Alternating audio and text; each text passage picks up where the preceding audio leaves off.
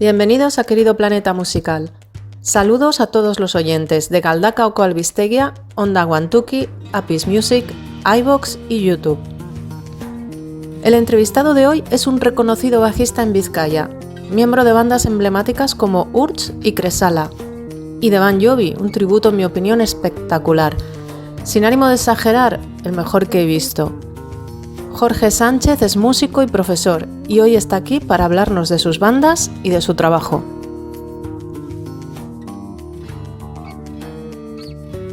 Hace 2 años salió a la luz su disco llamado Arteria, y este que escuchamos fue su primer single.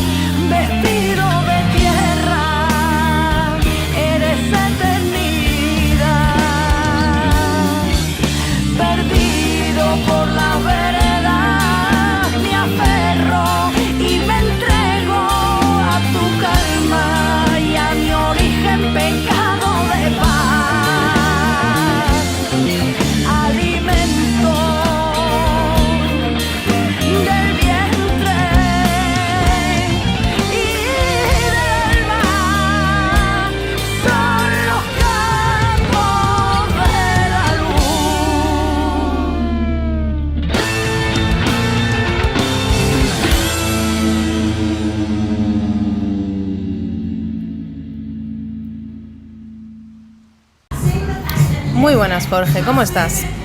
Muy bien, hola, encantado de estar aquí contigo. Muy bien, ¿no estás cansado? ¿Acabas de dar clases? ¿No estás cansado? No sé. Bueno, ha sido una jornada larga, porque ha sido desde las 10 de la mañana hasta pues casi las 9:30 de la noche, con algunas horas de por medio, o sea que tampoco es la mina. Entonces, bueno, estamos cansados, pero estamos todavía activos. Muy bien, dedicas muchas horas a dar clases todos los días, ¿no? Estoy dando clases de lunes a viernes, sí. Sí. Vale, porque tú vives de la música. Tú eres de los afortunados que ha conseguido, ha llegado al dorado. Sí, sí.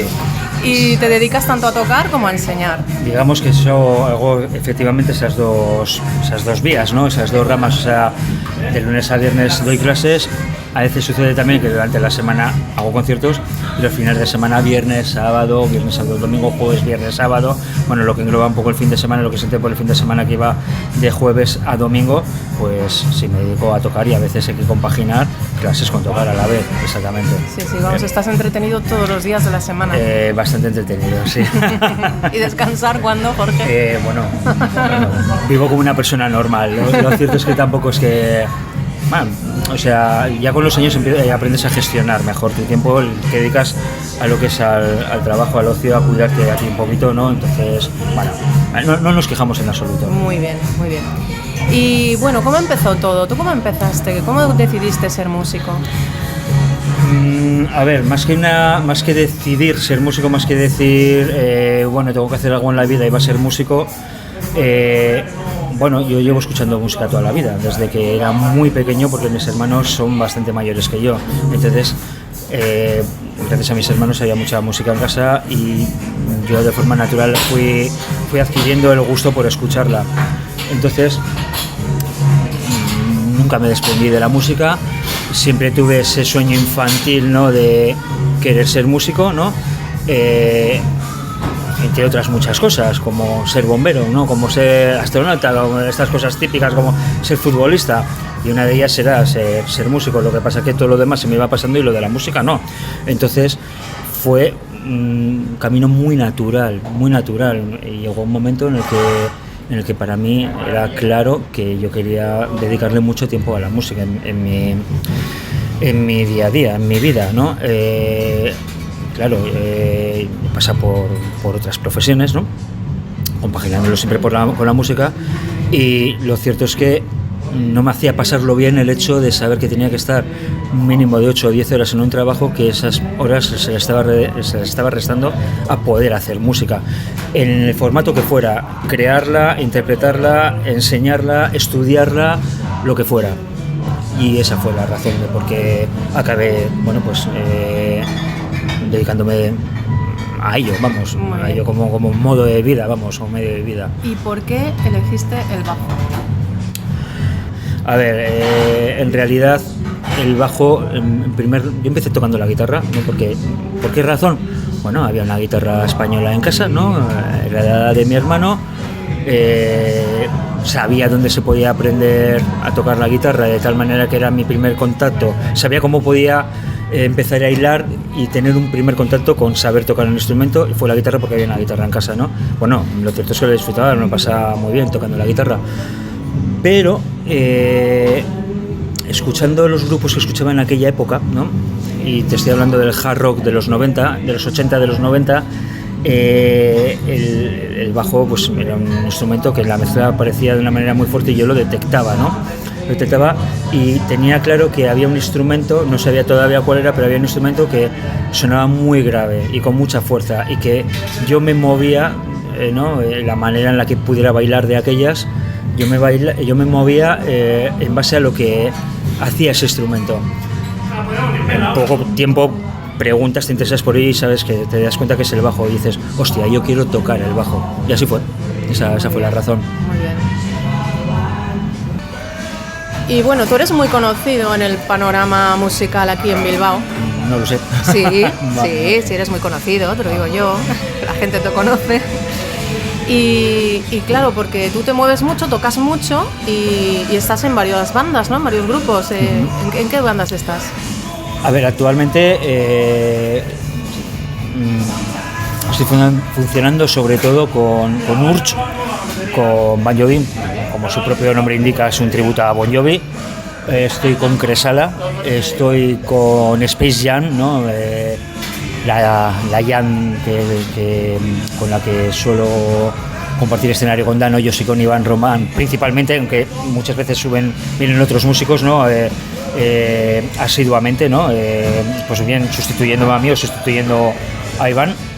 Estoy también con Gorarría, por ejemplo, y bueno, siguen saliendo también pues otro tipo de cosas que quizás más eventuales, ¿no? Que quizás no se hace una gira a lo largo del año.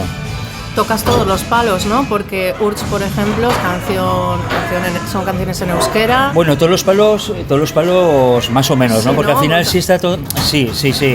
Pero claro, hablar de todos los palos significaría que también estaría metido en otro tipo de música, se aleja de lo que es el pop rock, ¿no?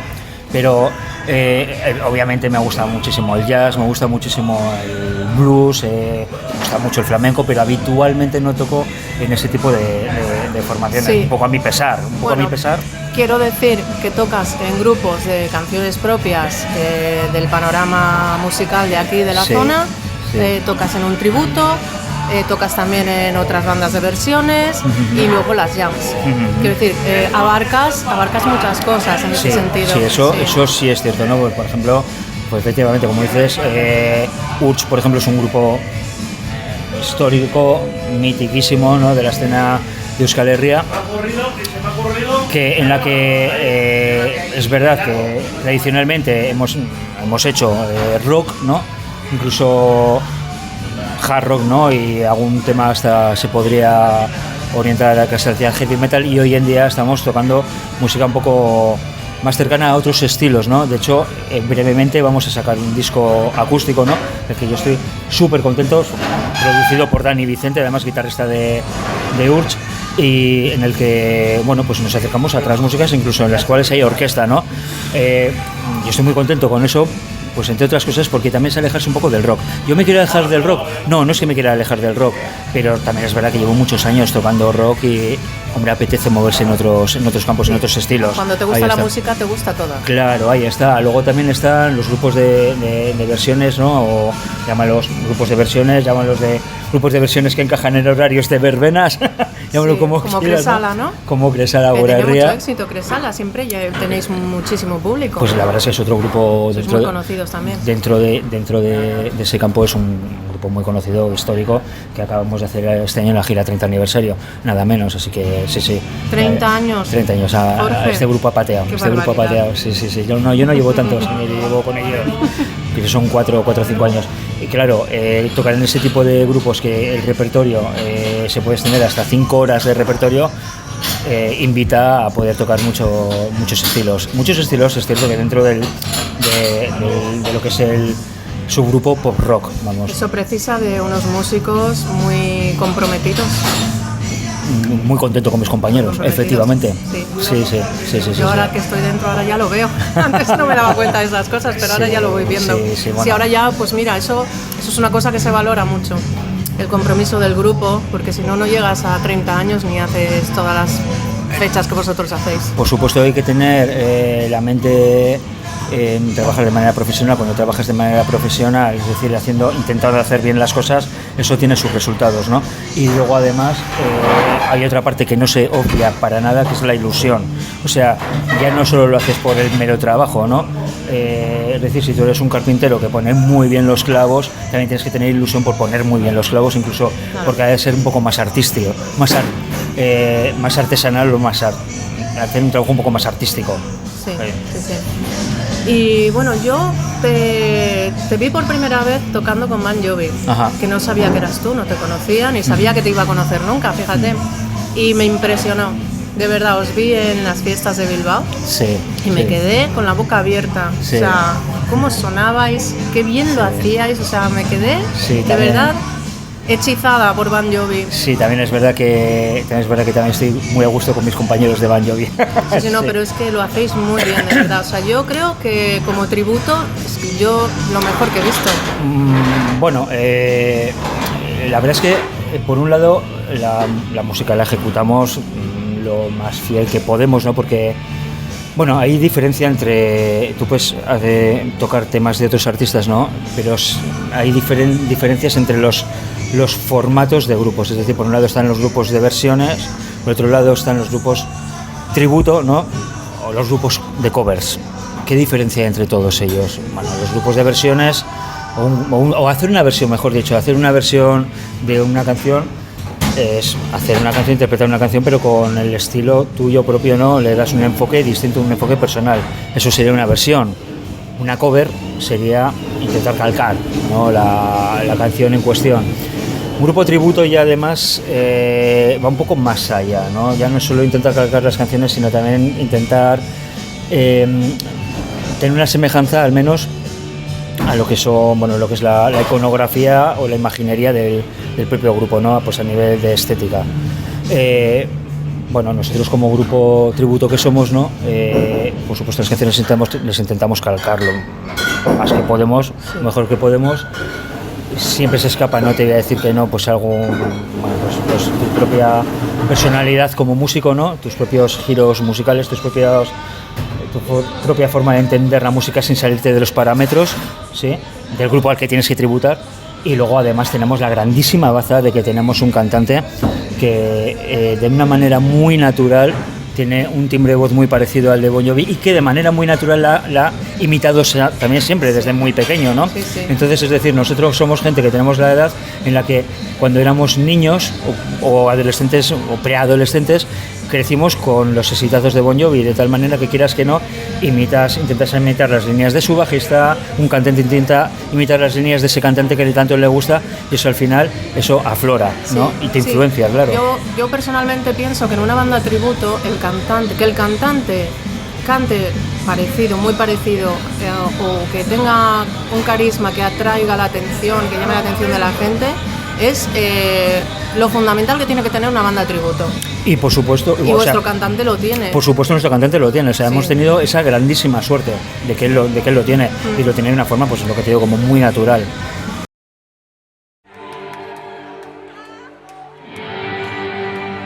Os he dicho que teníais que ver un bajista. ¡Esto es un bajista!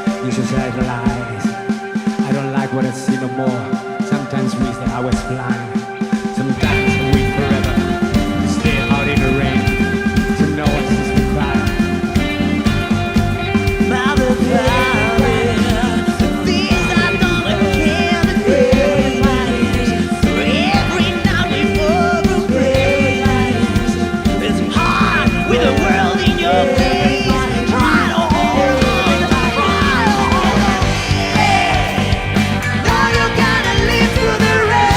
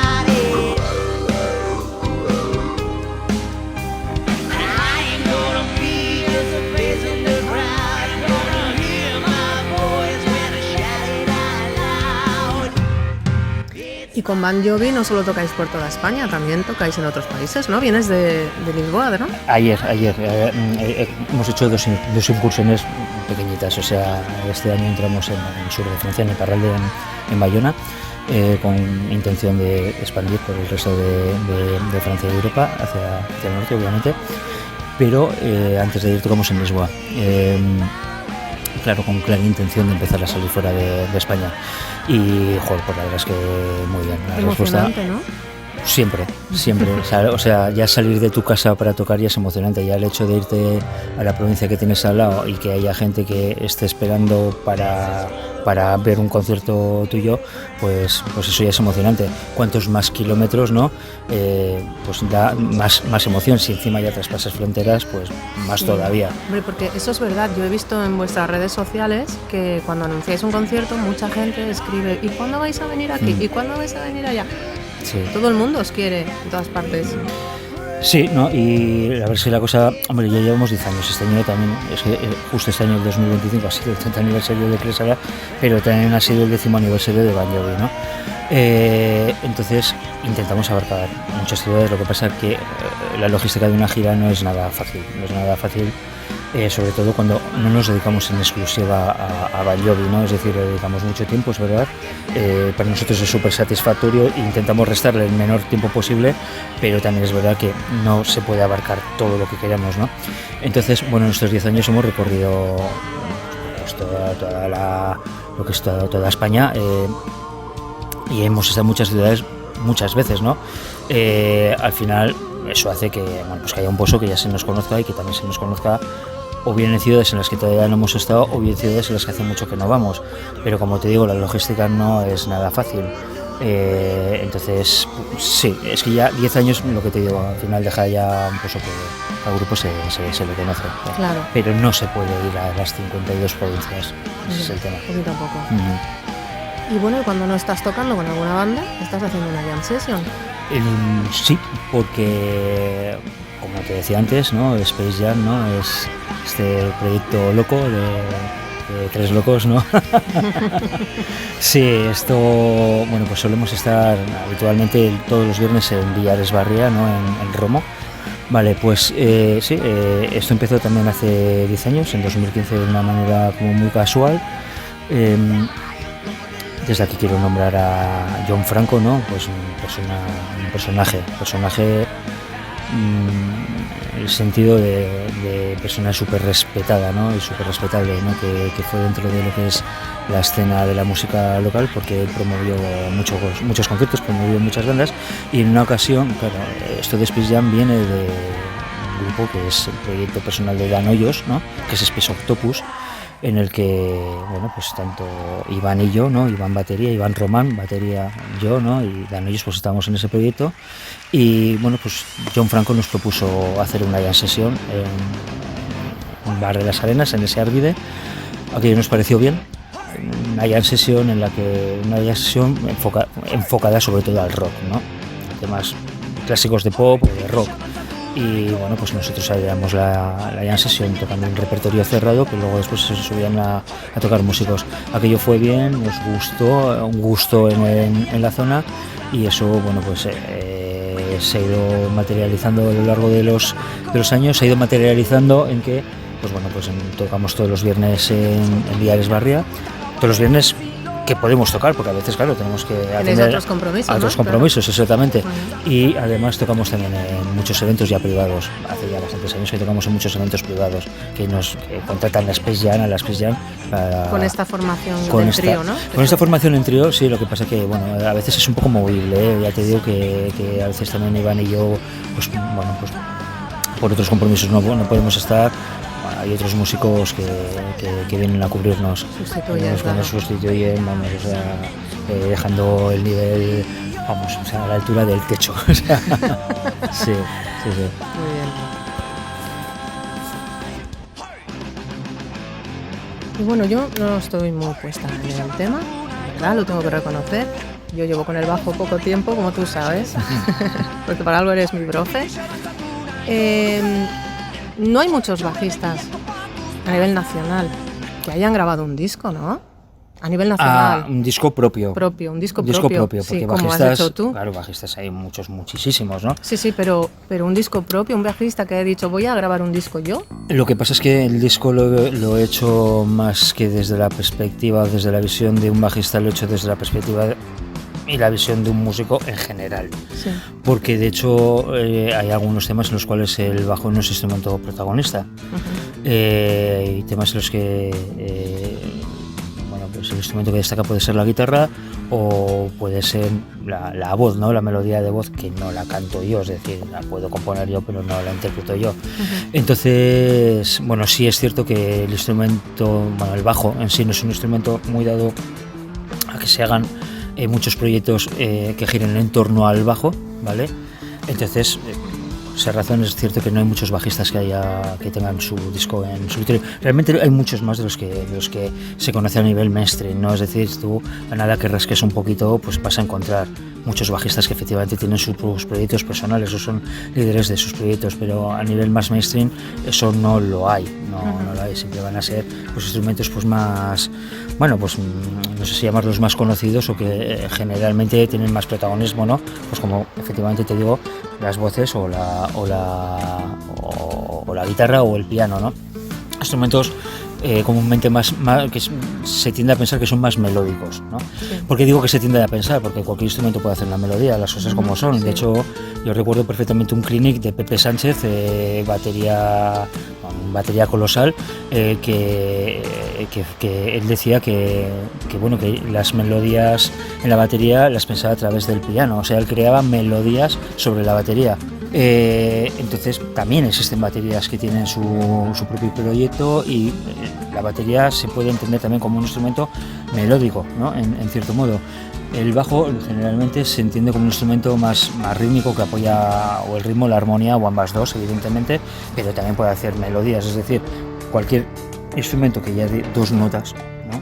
Ahí ya puedes hacer una melodía. La música no deja de ser al final la suma o la mezcla, mejor dicho, entre sonidos y ritmo. Ahí ya puedes crear una melodía, ¿vale? Pero es cierto que comúnmente no se entiende el bajo como, no se suele ver el bajo como un instrumento melódico.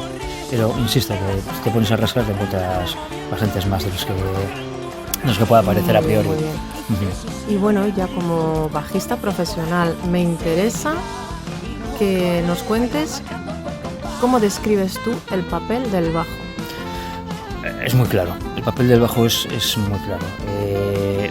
¿Es un instrumento, se podría decir que es un instrumento funcional, exclusivamente funcional? No, porque también es artístico, obviamente. Pero es cierto que su función está muy clara dentro de la música, ¿no? Según qué estilo puede variar más, puede variar menos, pero tiene dos funciones básicas, que son, por un lado, el ritmo, ¿no? El ritmo se podría entender que es el instrumento que en cierto modo puede musicar los instrumentos de percusión, incluso sin instrumentos de percusión hace mover la canción rítmicamente, ¿sí? Y a la par es el instrumento base de la armonía, ¿no? ¿Qué es la armonía? La armonía es el conjunto de acordes que tiene una canción. El instrumento que va a sentar la melodía porque está dando las notas más importantes de cada acorde va a ser el bajo. Entonces, a nivel funcional, el bajo lo que hace es poner esos cimientos rítmicos y armónicos para que el resto de instrumentos pues puedan volar e imaginar, ¿vale? Pero claro, eso no quiere decir que no pueda ser artístico con ello, ¿sí? Por supuesto, le puedes sumar, puedes incorporar, puedes aportar cosas al ritmo, a la armonía, puede ser más melódico, ¿no? Incluso en un momento dado puede salirte del papel puramente de base, ¿no? ¿Sí? Que es la palabra que al final definiría estas dos funciones, y puede ser más melódico. Entonces, básicamente esas son las funciones y ese es el papel del bajo en una canción, en una banda. Muy bien. El rol al final del bajo es muy distinto a lo que la gente suele pensar, ¿no? La gente lo suele pensar por desconocimiento, cosa que no es en absoluto reprochable, ¿no? La gente no tiene por qué saber de cine, sin embargo, tiene pleno derecho a ver una película, ¿vale? Y a asistir al cine. La gente lo que suele pensar es que el bajo es el instrumento que no se oye, y sin embargo, el bajo es uno de los instrumentos que más autoridad tienen dentro de una canción. Sí, no se oye, pero si no está, te falta. No solo eso, sino que además para que una canción sea sólida, necesita de que el bajista, ¿no?, sea estable a nivel rítmico y a nivel armónico, porque si no, eso se cae, de ahí su autoridad, ¿no? Uh-huh. Es decir, donde pongo la nota, aquí es donde tienes que acudir los demás. Ese es el claro, tema. Muy bien. Uh-huh. Y volviendo a tu disco, Jorge, es un disco que solo tiene 7 canciones, pero ¿qué 7 canciones? Es muy ecléctico. Gracias. Sí, no es verdad. Es muy ecléctico y estás tocando muchos estilos. En 7 canciones has resumido ahí un poco de todo. Sí, bueno, es fácil que saliera de esta manera porque, al fin y al cabo, pues como te he dicho antes, al final el trabajo lo desarrollo sobre todo en el ámbito más pop rock, ¿no? Yo, como cualquier músico, tengo muchas otras inquietudes musicales. Al fin y al cabo, como cualquier músico, como cualquier persona. Al fin y al cabo, muy poca gente hay que escuche un único estilo de música, 2, 3 tipos de música. Lo cierto es que, bueno, pues lo cierto es que yo tenía pues inquietudes de otros estilos, pero como te decía, el trabajo sobre todo lo desarrollo en el mundo del pop y del rock. Bueno, yo tenía ideas, ¿no?, de otros estilos que habitualmente escucho y que habitualmente me gusta tocar o estudiar al menos, y bueno, pues de esas ideas iban apareciendo canciones que no podía colar en los grupos en los que yo trabajaba, al fin y al cabo, por una cuestión de estilo, uh-huh, más que nada. Pues eso fue lo que me animó al final a hacer el disco, porque yo tenía tres ideas, se convirtieron en 2 canciones, 3 canciones. Dije, bueno, las voy a grabar y las voy a ir soltando no sé cómo, pero al final me fui animando, se me fue haciendo cada vez más atractiva la idea, de tal manera que ya dije, quiero hacer un disco ya bien hecho, ¿no? Y sí, esa es la razón de por qué hay tantos estilos distintos, ¿no? dentro del disco. Canciones que no podía colar en los grupos en los que tocaba, de tal manera que, bueno, pues me las como yo, bueno, con todas las especias que a mí me dé la gana echarle. Y lo hiciste todo. Todo. Sí. No quiero decir que todo, porque colaboran muchos músicos que han aportado, pues mucho dentro de... Bueno, ahora han aportado mucho, sí, sus ideas y sus formas de tocar, pero tú has sido el director, ¿no? Digamos. Sí, bueno, soy el compositor. Porque el disco tiene 7 canciones, pero 2 son versiones. Entonces hay una versión de Innocent Shine, ¿no? De Bill Withers, una versión instrumental que hago tocando la guitarra, y otra versión de Michael Field, Earth Moving. Las otras 5 canciones que son composiciones mías, arreglos son míos, ¿no? Eso es. Muy bien. Sí. Pues oye, felicidades por tu disco, Gracias. Muy bien.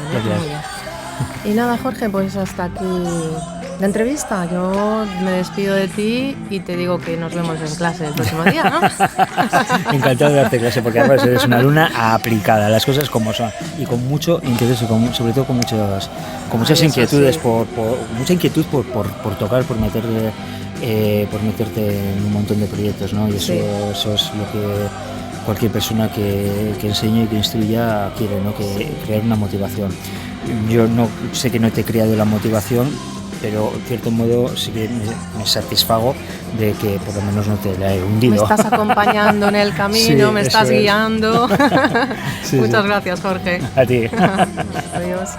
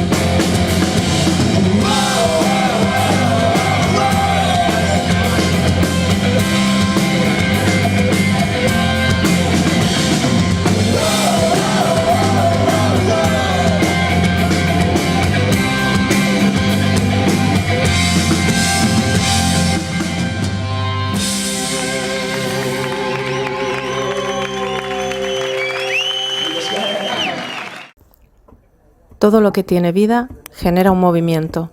Nuestras acciones, nuestros gestos, incluso el correr de las aguas de los ríos es un constante baile. Por lo tanto, la vida es ritmo. Esta forma de sentir y vivir es lo que las tribus malinke llaman foli.